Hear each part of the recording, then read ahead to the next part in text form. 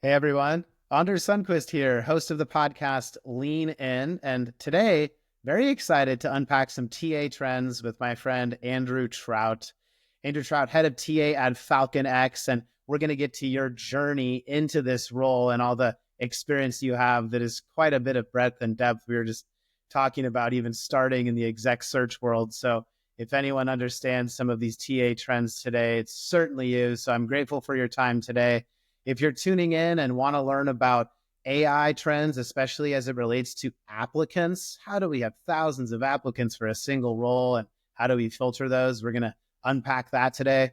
We're also going to talk a bit about TA team composition. So this trend in contracting and payroll positions and how are the levers being pulled to create efficient teams, both onshore and offshore. And then finally, we're going to talk a bit about some of these trends for next year and what we might be able to prepare for. So thanks again for joining the show, Andrew. Before I pass it off, I want to shout out to our sponsor, Juicebox. Juicebox is the AI platform for recruiting that understands what you are looking for. You can discover and unlock talent density at scale. So if you're curious about AI sourcing, there will be a link in the comments after the show's posted. So without further ado, Andrew, tell us, what is your journey into this role? Head of TA at Falcon X. You've been in and out of the internal TA role, both as I talked about as the executive search leader at Heidrick and Struggles. But how did you get into recruiting in the first place? Yeah. Well, first and foremost, thanks for having me. I'm super excited to be here. Just in terms of the journey, so my on ramp into recruiting was, as most people, not all that linear or traditional. I was actually more interested in the research side of organizational dynamics, industrial psychology. Wow. And as an undergrad, I was really interested in applying some of the research methodologies to this and had a great couple conversations with what I would consider mentors, advisors at Wharton, where I was doing some of this work. And they sort of steered me more towards, honestly, the industry side versus investing 7 years in a PhD. And they ultimately, I got introduced by one of them to practitioners of talent and specifically executive recruiting. And so that's how I found my way in executive recruiting. I spent a decade really learning and celebrating and practicing the craft of executive recruiting. Yeah. And most recently, I was at Heidrick and Struggles and just had a ton of respect for my colleagues. You know, I think early in your career, you're looking around, even if you have just a little bit of awareness, and you're trying to understand what makes people successful. Yeah. And, to some extent, borrow some of that. If you're bold and unique, maybe you're doing your own thing from day one. But I was always someone who looked to others to borrow from and not be wholesale what others were, but just observe and borrow some pieces. And one of the things that I really appreciated about the people that I thought and perceived to be the most successful in executive recruiting really were passionate about the craft. And, we talk a lot about data and science, and there's that in craft, but it was really about showing up every day, truly enjoying the motions. I'm reminded of a term I learned later, which is just embracing the ordinary life. This is a Zen Buddhist term. Yeah. And the ritual of doing executive recruiting. And it's a lot of the same every day. Sure is. So I appreciated that. And I wanted something a little less ordinary, I guess. So I ultimately did go in-house and join Square at the time. They were pre-public and it was my first in-house role and quintessential startup. A lot of work to do, not enough people to do it. Classic. And naively so, I was raising my hand more than I should have, taking on more on my plate, but was ultimately rewarded for that behavior, as most startups do. They see ambition and they see a bit of hard work and maybe a little bit of strategic and process orientation. So it was great to be in-house and work with tremendous talent. I mean, you mentioned talent density. Yeah. I recently saw an infographic where some of that talent has gone since Square, and they've gone on to start multi-billion-dollar companies. Wow. Of course, I didn't know it at the time, And I still stay in touch with a lot of them. In fact, I caught up with one of them last night. And so it was a really special time Yeah. to be there, to grow the recruiting capability, to scale the team, and to feed off that energy of really brilliant people. And then I went to Goldman Sachs. Goldman Sachs was completely on the other side of that. Established 100-year-old company, Right. 40,000 employees. And it really got me to satisfy that itch of operating at scale with a lot of resources and a lot of global complexity. That was an incredible experience. Fully sharp peers and talent at that organization. And then, I'd say the next big chunk of experience was about 4 years at Google X within their Moonshot division and their other bets, working on technologies as far-reaching as drone delivery. Which was very nascent at the time when I joined. Other long-term bets around applying AI and cybersecurity. So, it was really exciting to also work within a much larger company, but within the division that had a lot of space. And to think very boldly about the talent that's going to move the needle on technology that really arrives 10 years in the future. So to see all the different ways organizations and leaders think about talent across that stack of experiences was really powerful for me. It also brought it back to a lot of fundamentals that are very consistent in regardless of industry, function, or different leadership styles. And so I bring those with me wherever I go. And then most recently, I'm going on 2 years at Falcon X, which is a Web3 digital asset company that has made tremendous strides in our space. And I'm also very proud to say some of the most talented individuals I've ever worked with. So very talent dense in that regard. So you truly have seen talent density both inside and outside an organization, across domains, really impressive breadth of experience, and grateful to unpack some of these trends we're seeing today, because who better than you to talk about how they're impacting an organization. And if you're tuning in today and want to learn about, especially this first question we're going to be talking about, is how job applications may be broken, but how they can be optimized to adapt to today, 2025, right? So, the applicant experience, I'm sure, is very different today at Falcon X than it was at X Moonshot, Goldman Sachs, and of course, before then, at Square Block. And so, I would appreciate if we can unpack today, where is the applicant experience? When we talk about posting a job application on LinkedIn, we all see, say, a senior SWE role or a product role with 1,000 applicants. How is that happening? Is that real? And what's changed the landscape today? Sure. Well, let's start with the data. So let's do it. My friends over at Ashby have put out some recent reports, and I can also confirm that this data applies to Falcon X. Applications have tripled in the last 4 years. 3x, that's crazy. Okay. And we are calling this the mass apply era of recruiting. There is no friction involved in clicking that button on LinkedIn, which is good because, previously there was a lot of friction to get folks over that hurdle of even just filling out a form, not even attaching a resume. Right. And so the reduced friction in that experience, I think, has certainly benefited candidates and employers. It's also created a lot of volume. And it also creates a lot of dilution when it comes to finding the needle in that haystack.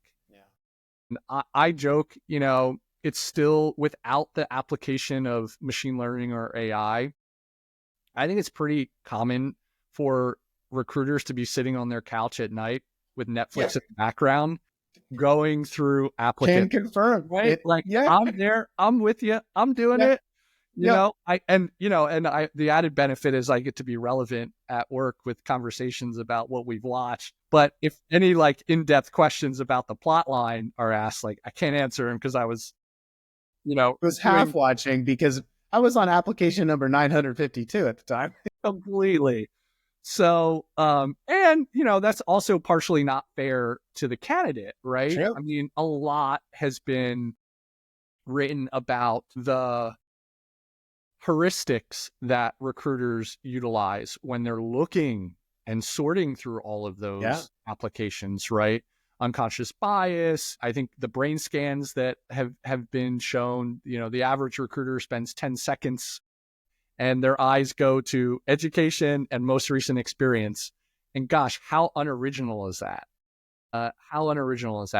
Now, and juxtapose that with, some of the more innovative hiring techniques that reduce that, heuristics by their definition are lazy. I'm not saying anyone's lazy, but, if you can get around those overly simplified techniques, I think you're going to win more than other companies. So, that's the data. Yeah. That's the behavior. In terms of the candidate experience implication of that, it's very real. I would say the good news is some of the automation that has been created taps into that reward system that any human has, which is I want to be heard. Yeah. Right? Yeah. I want to be heard and seen. Yes. Yeah. So, and I think the term is respected, right? Gosh, like applying and interviewing for a job is incredibly humbling and vulnerable. Right. And I think as recruiters, like, when we're looking for jobs, like it's actually really reminds us how to be better recruiters. Like, and so, but we want to be respected. And if you actually look at the root and the etymology of the word respect, it's respire, to be seen. So how can we as recruiters demonstrate, and organizations, candidly, that we see and we hear? And automation helps that, whether that's filling in a response email using AI complete, whether that is taking the extra step to acknowledge that you received a resume. So there's that piece of it, which I think really does. One of the other things I'm most excited about as it relates to addressing that mass supply and those volumes that are just daunting for recruiting is the agents, and what I've learned is called agentic workflows, agentic workflows, right? Yeah. So I don't know about you, but like, here's where I started on this journey, and I still come back to it. But I've always been saying in the age of AI, machine learning, where machines are going to do more of the human work.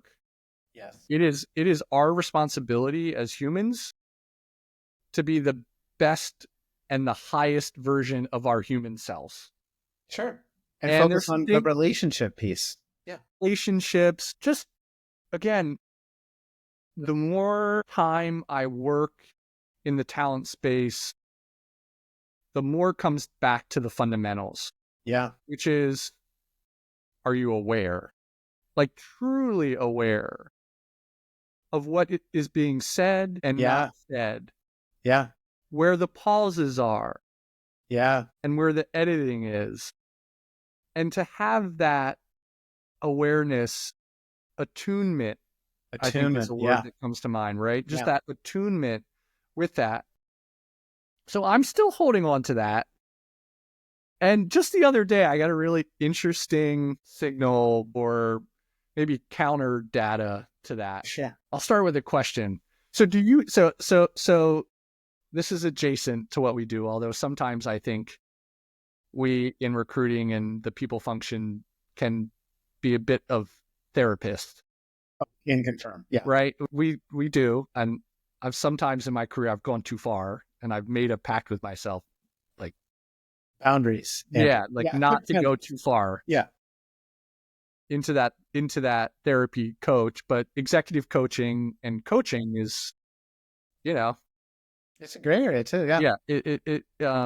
There's a liminal space there. So there's a new technology out there that provides cognitive behavioral therapy, CBT, which is proven to be the most effective version of therapy. And a good partner and client of ours at Lantern Ventures, they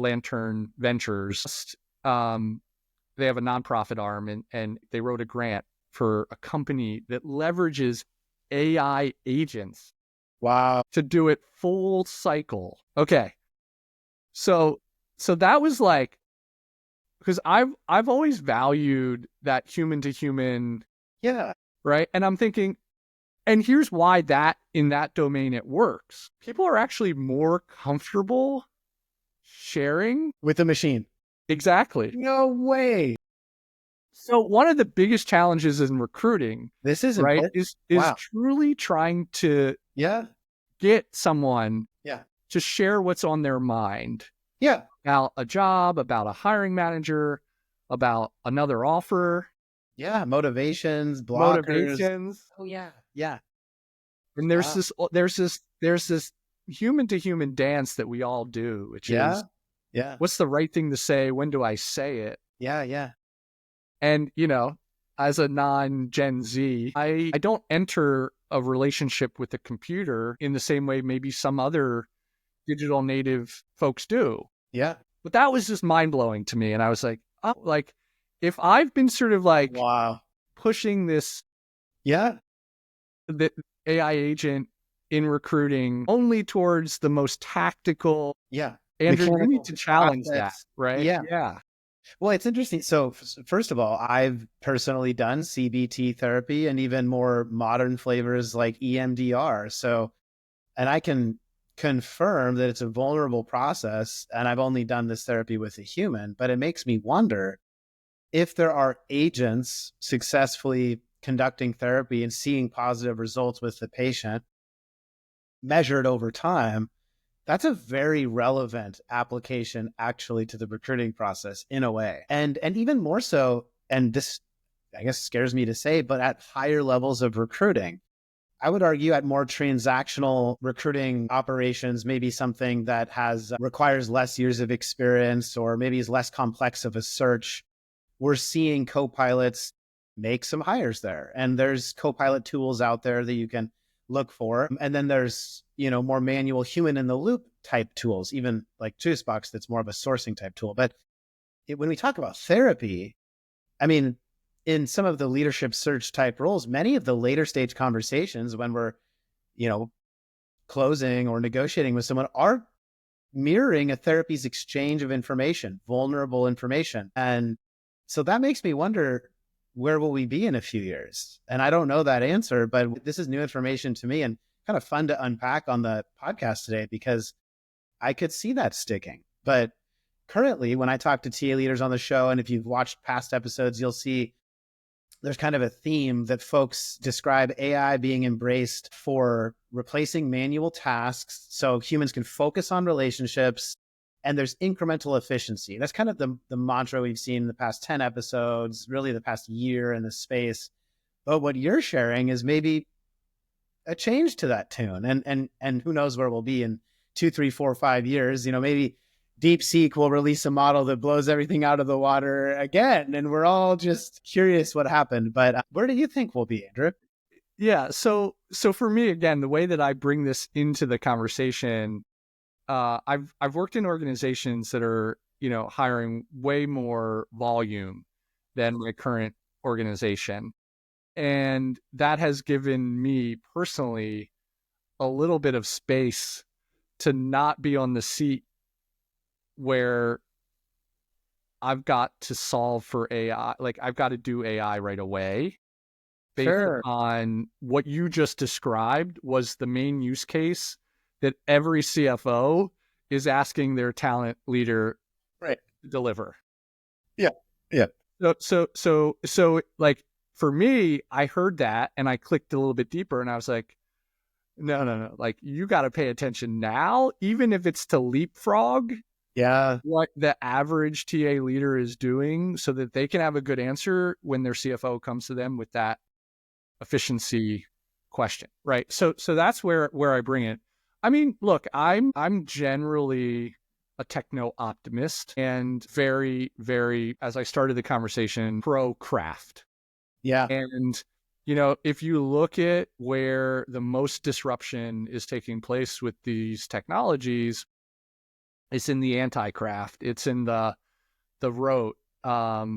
Yes, you can create art with AI, and I'm interested in. I toyed a little bit with or seen some of the video, but I think just keep embracing that, like true innovation, Yeah. true synthesizing. And I'm gonna be fairly controversial on this, which is Please do. Yeah.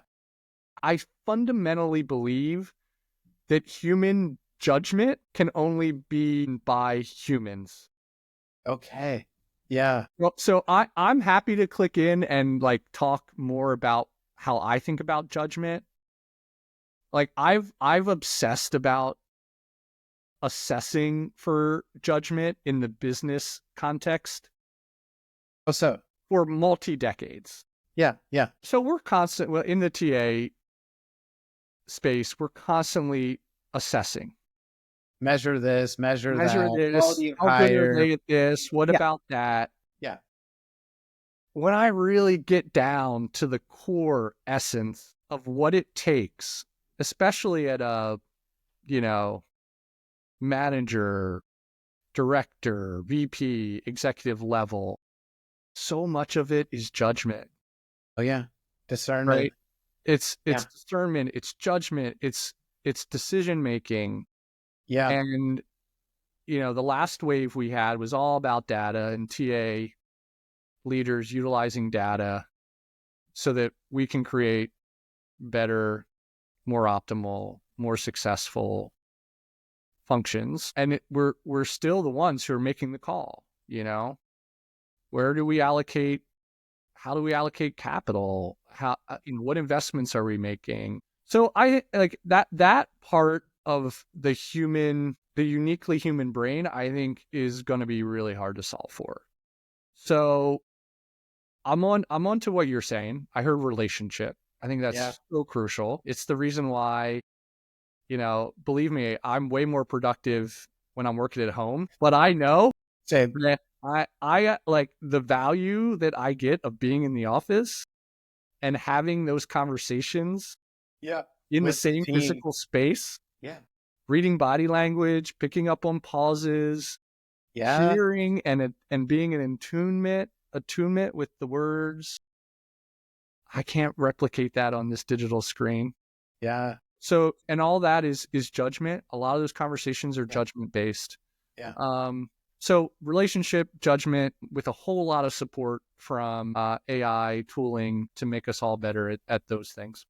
Well, one of the things I wanted to unpack too, and you have a lot of wisdom on, and a trend in the industry is not so much about the tools we use, but the teams we build and how they're structured. So if you're tuning in today and you are finishing headcount planning and there's a capacity constraint, and maybe you're curious about how do I scale up quickly, scale down, and what are some of these trends in augmentation? We see these words thrown around: RPO, embedded, staffing, contractor. I want to payroll someone that I know from my network. This is all kind of under the contingent worker umbrella. And you, more than most, have this experience from hyper growth companies, both on the global enterprise level with the Goldman Sachs, all the way down to smaller hyper growth startups, and certainly have some calculus around how you make these decisions. Can you just tell our audience today, like, what's the formula for FTE versus, let's call them contractors, whether they come from any of those different categories? And why do you use that formula? Sure. So I tend to approach this conversation with a couple of clarifying definitions, and words matter, right? We talked a little bit about etymology earlier, but words matter. They certainly mean something and signal something. From my understanding, at least within the construct of U.S. employment law, contractors and full-time folks are employees. And the way I think about it is you can have non-full-time employees and full-time employees, and we are all aligned to the greater goals of an organization, and therefore we are employed by that organization. So I've definitely experienced this. I'd say the first job I had in-house was all full-time hiring, right? It just, one, it signaled that you as a company were growing. I You did. put a number out there in the world. You can see that number on LinkedIn now when you click into the affiliated people, and so there was a pride in how many full-time employees you had. The bigger the team, the better the role. Exactly. And then when I got to Goldman, which is just a great training ground to understand that even large companies are incredibly volatile, not just quarter to quarter, like month to month, because that business is so efficiently managed from a profit revenue standpoint, and compensation cost is, a pretty substantial part of the cost structure in an investment bank. Not most. And so when I got there, we were moving into a recruiting model that had its first ever RPO. Sure. And, I learned to embrace the benefits of what an RPO can deliver in terms of flexibility, in terms of shared accountability, right? Right. One of the hesitations I had in the past was around that. And also thinking of it as my own P&L, as a talent acquisition leader, and managing my budget effectively across these different areas of spend. But we still, you can't take shortcuts if you want. There's no silver bullet. Better results. Yeah. And so we were intentional about which roles were RPO roles versus which were full-time roles. We had specific roles and responsibilities. So I think that's important. And look, I don't know what the exact right ratio is. I would say in my last 6 years of going through this every year when we're capacity planning, I generally like a 70-30, 60-40 type mix. And for a lot of people who are either employed at an RPO or a consultancy or their own contractor, that really works for them. And that is the best version of employment for them. Right. Flexibility, the ability to see a new organization or project whether it's a 3-month, a quarterly project, or an annual subscription, there's certainly an interest in that. Yes. And you just touched on something I actually want to unpack a little bit more, is those different flavors of flexibility that a TA leader might pull that lever for. And you talked about an RPO, or say a contractor, someone provided by a staffing firm. And then you talked about an individual, maybe someone who's choosing to elect as being a 1099, contractor, and maybe they're being payrolled or directly contracting with an organization. Yes. How do those differ? How do you make the calculus on which lever to pull and why? Yeah, sure. Look, I think again, I sort of debate what the definitions are. For me, an RPO is at scale, right? I mean, when I was doing this and we had, 200 folks on an RPO contract, the big ones, Alexander Mann. At the time, we were working with a company that was owned by ADP. Right. Those are some of the biggest. Yep. And there's probably a scale threshold when I refer to that, but it's probably, in that, if you're talking about 30 to 50 plus folks that are contributing a meaningful mix to your total team size, that's probably RPO. I've worked a lot, and a huge shout out to Talentful. I've worked with Talentful for the last 5 years, and get the very best set of benefits from working with them. Historically, the way that I've worked with them are a little bit smaller in numbers, and just feel like their consultants, talent partners are plugging right next to the current team. And then I've also brought over E9s and currently and most recently have worked with a couple of those folks who come from my background, right? Honored and grateful to work with them again from a previous employer where they were full-time employees, right? And just where they're at and the kind of work that they're looking for, that 1099 contractor just really fits what works for them. So that's the way I look at the stack. Yeah. There's not, at least the way and look, I'm mindful of, especially in some states in the US, I do have a little bit of a legal education. So there's co-employment considerations. Gotta watch out. Yeah. Yeah. So I would certainly, if you're not familiar with that term, please get smart about it, because it can be relevant when you're thinking about defining roles and responsibilities. And especially if you're at a larger organization and exploring these options, partner with your employment legal team. Give it a quick definition for us, for our listeners tuning in, on what is co-employment and what must you separate or bifurcate from the RPO, embedded contractor person, and the full-time team. Yeah. So at least in recruiting, some of the most meaningful case law around this came from Google. Yeah. And I think at some point their full-time headcount was in the hundreds of thousands, and so was their contractor. And basically there was no differentiation between the two roles. A contractor may have literally been sitting next to and doing everything a full-time employee would be doing. They were going to the same company all-hands meetings and events. And, you really have to be intentional about how you structure those contractor roles to ensure that you're not putting yourself into that co-employment risk standpoint.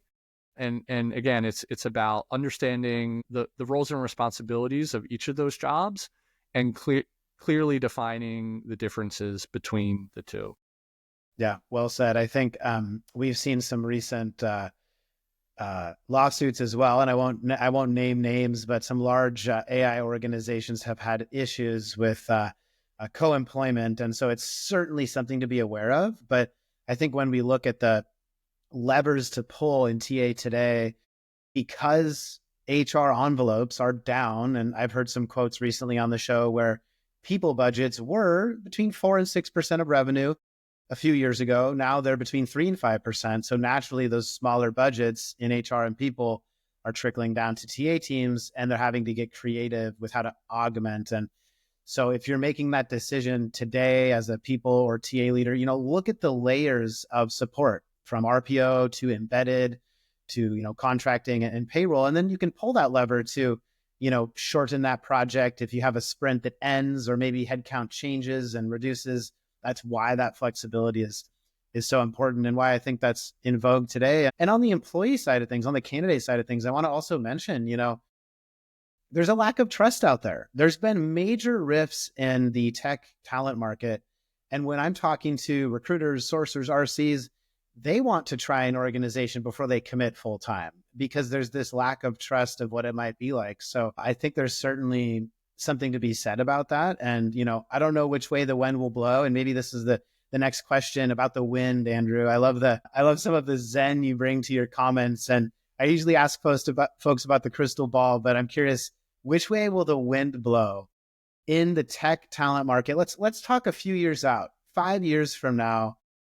How might our jobs be different than today? Sure. Well, I'm also an amateur sailor, so.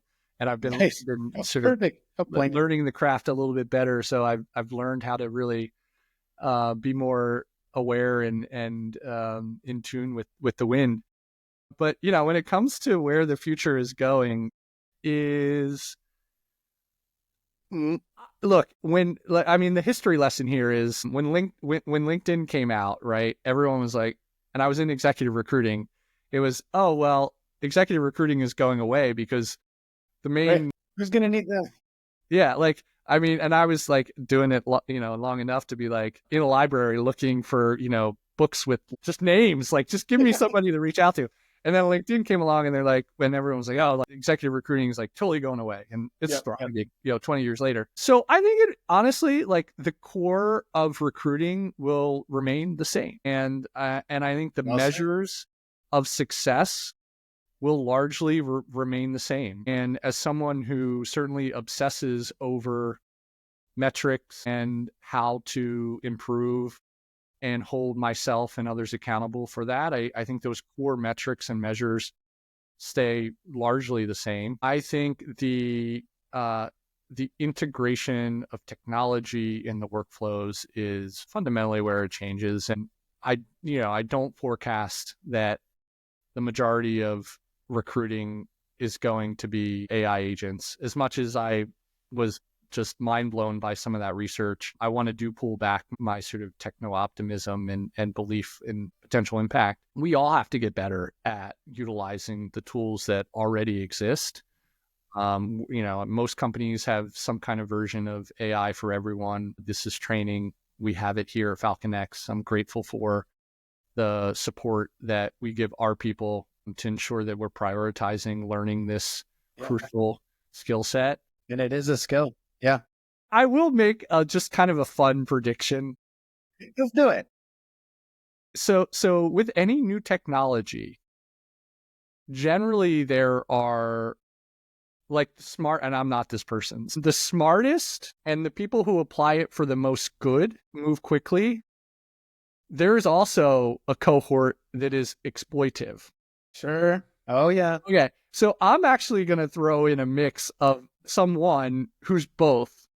Wow. And I actually think in the recruiting space, there will be maybe a year or two where a really smart person, and I'll come back to this, but a really smart person that maybe wants to get paid the same as someone who works for you. Okay. Will be able to work 10 hours and go to the beach for 30. Yeah. But no one will know the difference. I think so. I agree. And here's why. I witnessed something during COVID with remote work that was similar to what you described, which is some folks were able to do the same amount of work as their peer, perhaps, and maybe they were on a beach or maybe not at the seat. And because it was virtual, it wasn't noticed. And then we saw some adaptation into what that looked like. And sometimes it looked like actually multiple roles. I even saw, this is maybe a foggy memory, but like a sysadmin or something who was working 2, 3, 4 full-time roles at FANG companies and talking about how they were able to do that because of remote. And there was even Reddit threads about kind of bragging about this, let's say, hacking the remote world. And I think that that might happen with AI as well. And the question then is revealed, which is employment about a production and an outcome or hours and the old button seat time? And I don't know the answer to that. I'm just calling out something we might say it. Like, I'll say it. I mean, what I believe is production. Okay. It's production. Yeah. And to take it a step further, it's not just the what, it's the how. Yeah. And my only fear is that those people who figure it out fast aren't sharing it so others can adopt it. And then you just get in an arms race of open source, the productivity hack. Completely. So I'm reminded of two things. One, have you ever heard the Bill Gates quote about how he hired engineers? No. Okay. I'll look it up and maybe you'll pull it up. Put it in the comments. Yeah. Yeah. It's something about when given the choice of hiring a smart engineer or hiring a smart and lazy engineer, I'll choose the smart and lazy engineer. Interesting. I mean, there's something glamorous about this, right? I mean, Tim Ferriss wrote the book 4 Hour Work Week, what? Big fan. Oh, yeah. A huge fan. 20 years ago. Yeah, yeah. And I also recognize, it's human nature not to, fully embrace technologies wholesale to truly unlock the value, right? And the last thing I'll say about this topic is what's relevant in Web3 and digital assets right now is what's called DeFi, decentralized finance. And I promise you, the technologies that exist in DeFi are an order of magnitude better as measured by efficiency, cost, but there is almost zero layer of user interface or user-friendly design. So until all of this technology comes in the iPhone package, then no one's really going to adopt it. Well said. And I think the same might be true for some things in the talent world. So The wind is blowing. We don't know the direction, but Andrew, it's always a pleasure unpacking your thoughts about the TA landscape. So wanted to say I'm grateful for your words of wisdom and the Zen flavor of wisdom that you bring to the podcast today, the Lean In Show. And thanks for your time. It's been great chatting with you. Thanks a bunch, Anders.